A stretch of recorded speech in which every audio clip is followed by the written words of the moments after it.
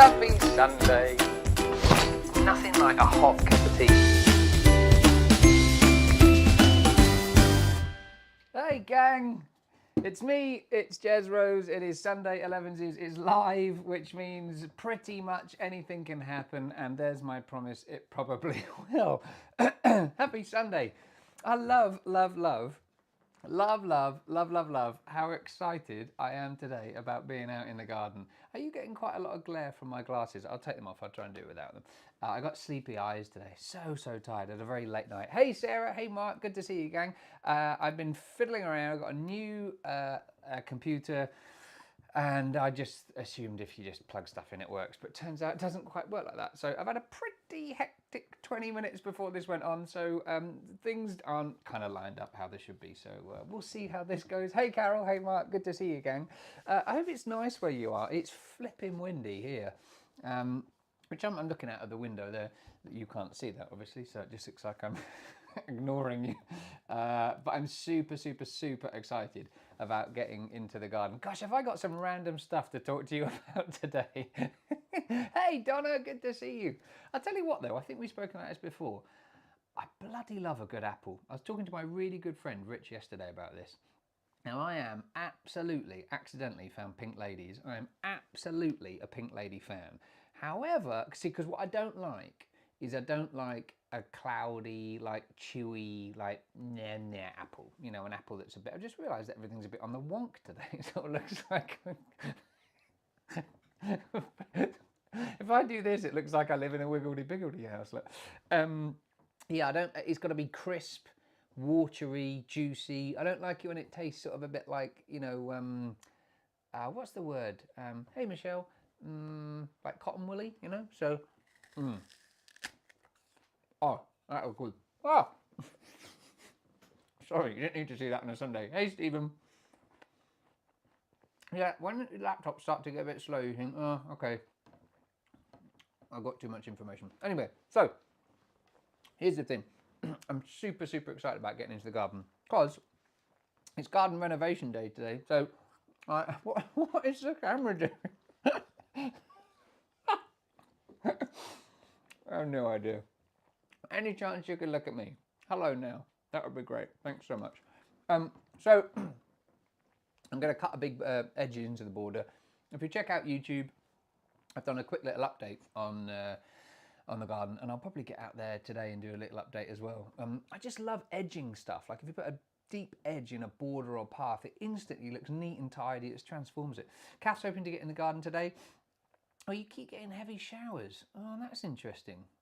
So I'm not of that. Hey Lucy, that's really bizarre. I hope we don't get heavy showers because the sun's just coming out, and that would absolutely kibosh my plans to be outside in the lovely garden. I'm only going to do a bit. We've got two borders. One of them has become overgrown with grass, and I keep looking at it thinking, maybe I'll just not have a border there, because I sowed wildflower seed last year, so it means if I strip all the grass out, I'm going to strip the seed out as well. So I'm not so fab on that. Michelle's still in bed. In bed? 11:04? God, we're all jealous. That's why that's happened, you see. She's got a grand puppy sleepover with Otis last night. Wow. Oh yeah, it is not good. Yeah, you sleeping with a dog. What is that all about? Sleeping with a dog. It's a, I don't know, an odd thing. Anyway, here's the thing. I was reading this thing. In fact, let's do this now. I've got so much I want to talk to you about. Do you want to do serial killers now? Or would you... Do you want to talk serial killers at 11 on a Sunday? Or should we do scaredy stuff? So here's the scaredy thing, right? Let's do that quick. Last week, I kind of spoke about, you know, New Year's resolutions and how sometimes I used to say that New Year's resolutions were a bad thing, and now, while I still don't necessarily agree with the idea of the pressure of a New Year's resolution, I think it's great for us to have goals, great for us to have aspirations, great for us to have things that we look forward to doing, right? And somebody was saying to me recently, you know, how do you decide what to do? How do you choose what to do? And I said, but you can do anything you want to do. Like, you don't have to like choose one to just think, okay, I'd really love to do that, and do it. Go out and, you know, try and achieve it. And that's where the bit of work really needs putting in, is asking yourself what you want to do with your life, or with your clothing, or with your body, or with your spare time, or whatever. And then they said something that was just so wonderful, and it suddenly struck me. They said, but what if I'm scared of doing the thing I want to do? What if I don't have much confidence? Or what if it's, the fact that I really want to do it, but I don't know, I'm not sure if I, have the sort of willpower to, well, not so much the willpower, more the confidence, right? And I said, then do it scared. Being scared of something, or not having enough confidence, or being afraid of something, shouldn't stop you from doing the thing, because then you'll never ever do anything that you want to do.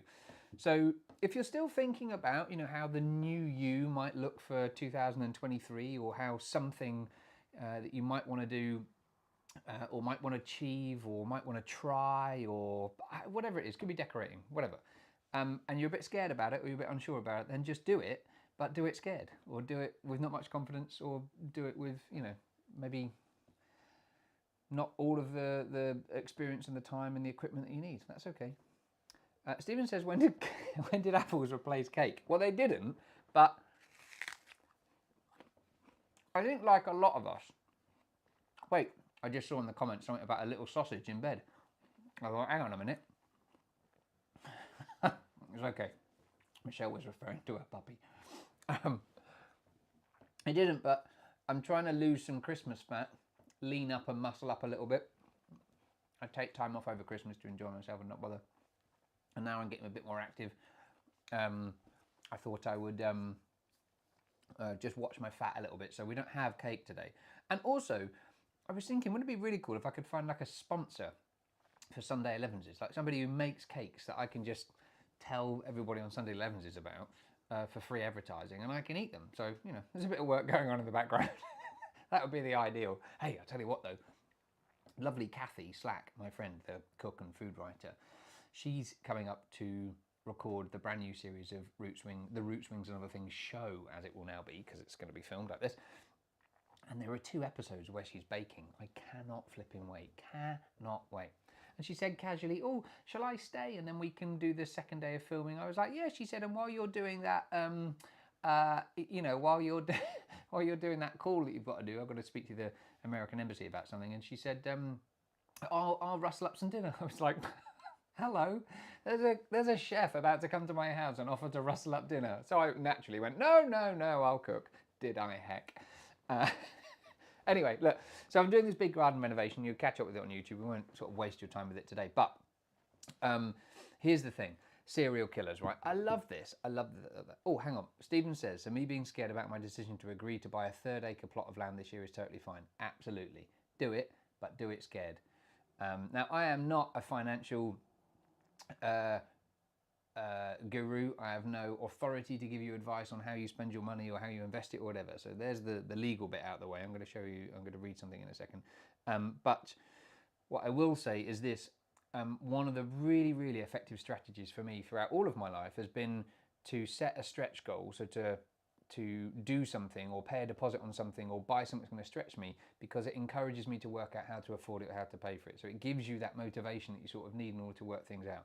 But you have to absolutely do that with the understanding that you can't plunge you into debt. You can't, I don't know, not do something else. You've got to work out how you're actually going to afford it. One of the things I like to do, for example, there was one year where I booked a big holiday in Disney for later on in the year. So that gave me the whole year to save and work out and earn more money so that we could afford to go. Anyway, so here's the thing about serial killers. Lucy's just signed up for a 10K run. Well done. I saw this. There was a lady called Shirley Hughes on Instagram. And Shirley Hughes says this, and this is a statement that grabbed my eye. There's a lot of sick people around the world, and people winning acting roles from playing killers keeps the obsession going, and this makes sick people thrive on the fame. And I thought, there's an interesting thread. So I read this. I'll read you it's only a little thing, but this is a really interesting thing. It's absolutely Sunday Elevenses for us to chat about this, because I love to get your opinions on this. So basically, on Netflix, there's this show called Dharma, and it replays the the sort of life of Jeffrey Dahmer, the famous serial killer. All right. And I could watch about 20 minutes of it because I don't like violence, I don't like blood, I don't like people hurting people, I don't like racism. I just can't watch it. It makes me feel really unsettled, and so I gave up. But loads of people say, "Oh, you have to watch it," and I can see why. Cinematography is amazing, the story's dark, it's horrific to see it happen. So the mother of one of Jeffrey Dahmer's victims is speaking out following this famous actor called Evan Peters. He's just won a Golden Globe for, he played Jeffrey Dahmer in this show, Dahmer Monster, the Jeffrey Dahmer story. Not only did Shirley Hughes voice her concerns with Hollywood glorifying murderers, but she also shared her disappointment. And this is where it gets really interesting. It's a shame that people can take our tragedy and make money. The victims never saw a cent. We go through these emotions every day. And I thought, wow, I'd never thought about that. Because on one side of it, you've got this kind of, Hollywood reporting thing. And so what do you make movies of, right? And of course, it's slightly sensationalist, I suppose. But it's also, in some ways remembers, I suppose, what happened. You could argue the same perhaps about war films, about Hitler or the Holocaust. It's the same sort of thing. And I thought that was really interesting because isn't it true that films like Schindler's List or anything that explains the Holocaust actually is seen in a slightly more positive light, I think, from what I read, in so much that it makes us never forget that atrocity. It makes us remember that happened and to never do that again. Yet, conversely, and I'm not comparing like for like, but two sets of people died, a serial killer drama actually is seen as insensitive and glorifying the act of being a serial killer. Yet for me, those things are very similar. So I'm not saying there's either way is right, but it's an interesting thing to think about. And I think these things make us more interesting human beings, right? And they help us actually socially to better decide and better have better balanced views about things rather than just reading something in a paper and saying, oh, that's going to be my view. Kath says, that's the danger of making films about recent events. Absolutely. Carol says, I agree. I don't understand the fascination with serial killers or others and the need to make films about them often soon after the event. And soon after the event, I suppose, is the challenge. But how long do you make it? If we never ever hear about Bundy, for example, or we never hear about, oh gosh, isn't that the Moors murderer, Moira Hindley, then does that mean that those victims are forgotten and that we just move on? Or by making a drama about it, which of course someone's going to get paid for, it's a difficult conundrum, isn't it? I'm not sure. Anyway, so that was my thing about serial killers today. I don't know what the answer is. I don't suspect that we'll be able to actually be able to solve the story today or solve the conundrum, but I think it's an interesting thing to think about, isn't it? Anyway, so on to slightly more lighter notes. I had porridge this morning. I haven't had porridge for ages. I flipping love porridge before you're going to go out. It's really great, obviously, it's very, very healthy, providing you don't have it with a lot of cream like I had today. Another reason for no cake today, Mark. Oh, wait on the porridge.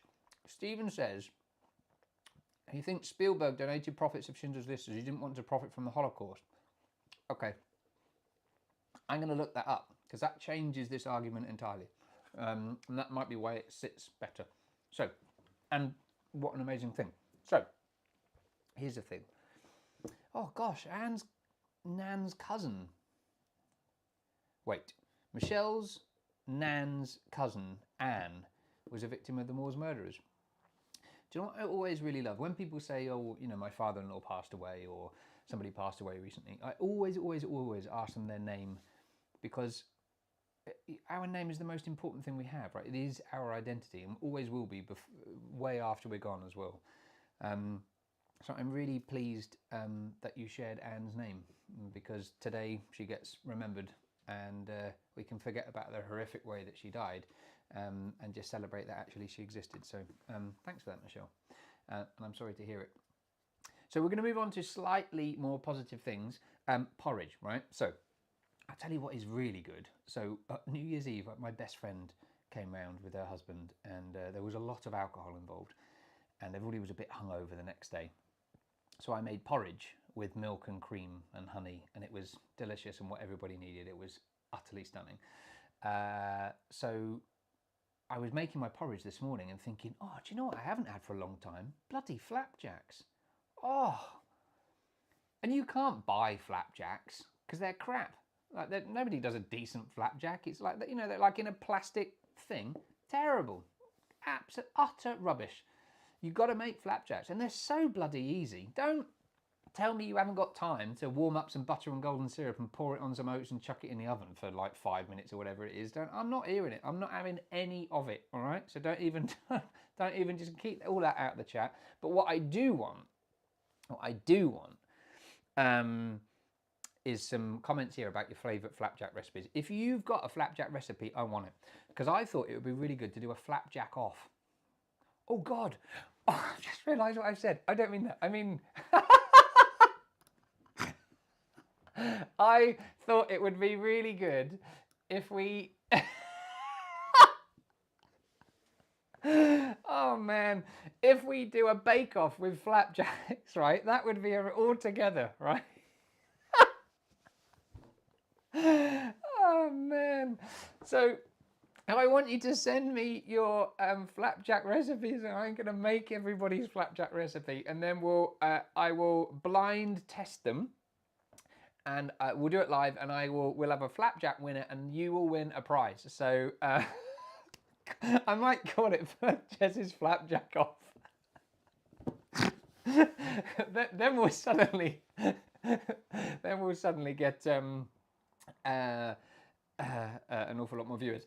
Probably that they'll be bitterly disappointed when they realise that I'm doing it fully clothed. So baking flapjacks, that's what I want. Please send me your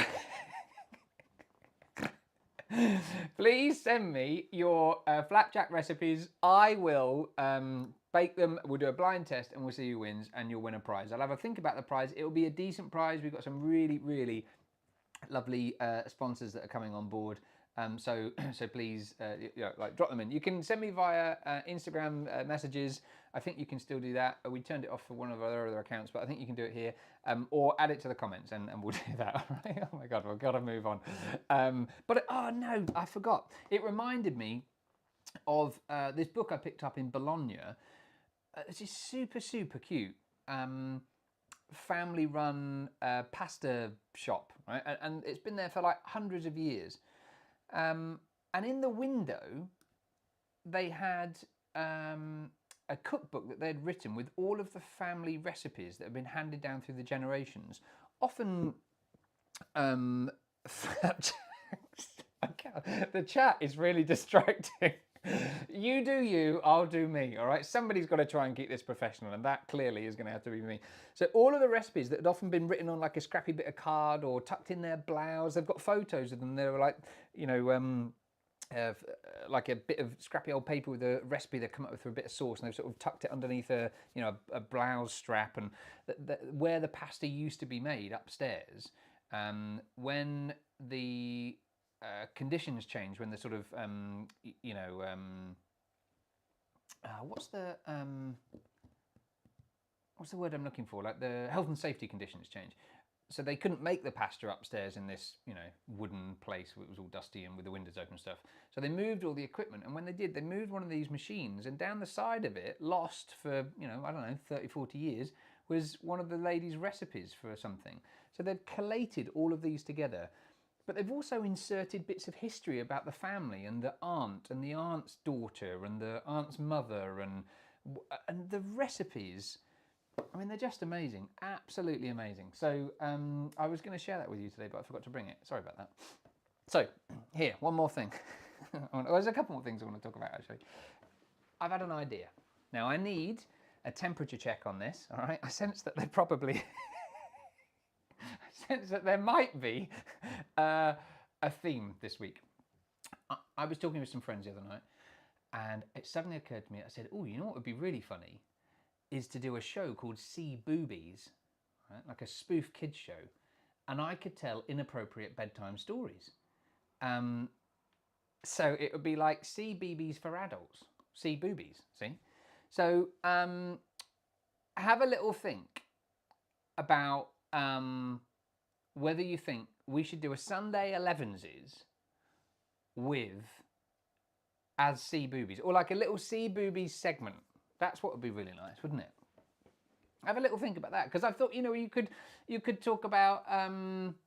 I'll do them, because you know, who was that guy that all of the girls, the women, the mums love, and I just don't get it. I don't think he's attractive. It's not my type. But what is his name? What is that guy's name? Tom? Is it Tom? He's a bit edgy. He's got loads of tattoos. Oh God! Somebody I was talking to about him said, "Oh, I love him. He's my bit of rough." I can't remember. Anyway, so I thought that would be really cute. That we'll sit and have a little sea boobies segment where you can all settle down, and I'll talk to you about the fact that Daddy drinks because you cry, or Tom Hardy. Well done, Sarah. That's the one. Yes, all right, Tom Hardy, we've got it. There's a delay. That's the problem, is that by the time I've said it, 9 of you have said it. All right, I know it's Tom Hardy. Stop putting it in the thing. Yes, Tom Hardy. So I'll do like my version of Tom Hardy, but with inappropriate bedtime stories.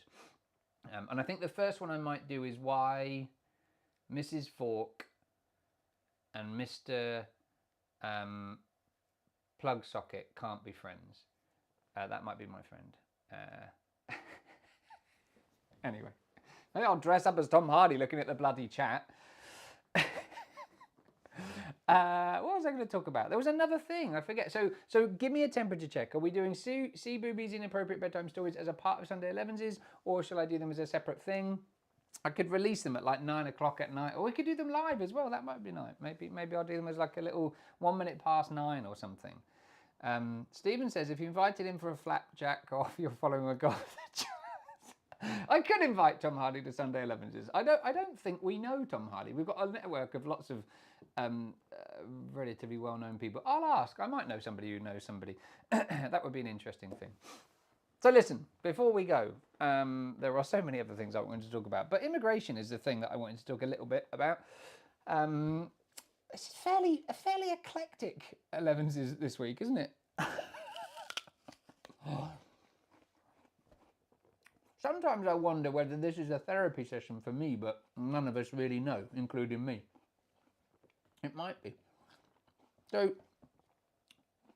there was a lady in the news, caught my attention, who was a child.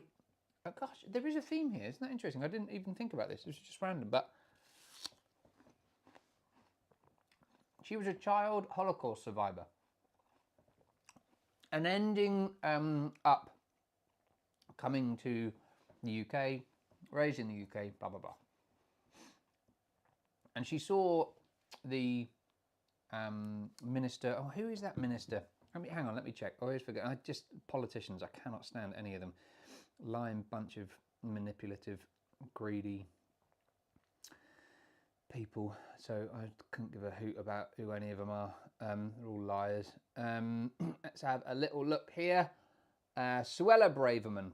Who is she now? I don't know. God, they changed. It's like a revolving door, isn't it? I change jobs more often than I've got socks. Sometimes I do 2 socks a day. Today I'll do 2 socks. 4 o'clock I'll be in the shower. There you go. There's one for you for 4. Set your alarm. Because when I come in from the garden I always have a nice shower. Scrub. Who is she? Something to do with immigration issue or something? Suella Braverman?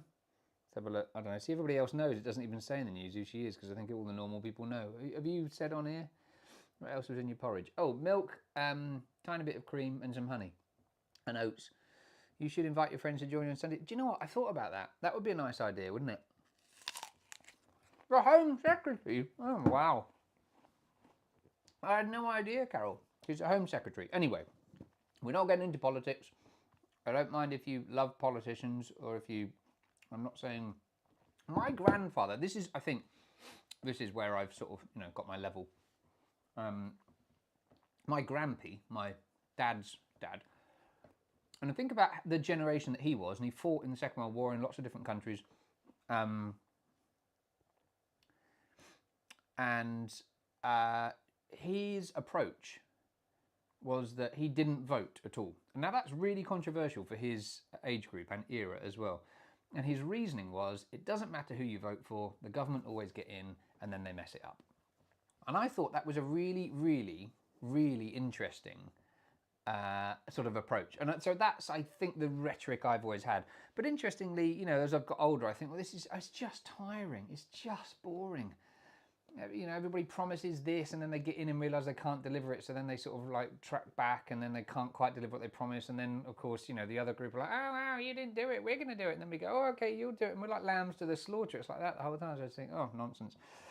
I'm like Che Guevara, aren't I? Look at me starting a little revolution. Oh. Over a pink lady. Who'd have thought? Anyway, she's in the news, Suella Braverman, the Home Sec, because there was a Holocaust survivor in the audience, because Suella Braverman has started to use language. And this is the bit that I think is just wonderful for us all to talk about. And we're not going to talk about all the, you know, ins and outs. I keep this nice and neutral here, but there's a bit here that I think is just wonderful for better humanity.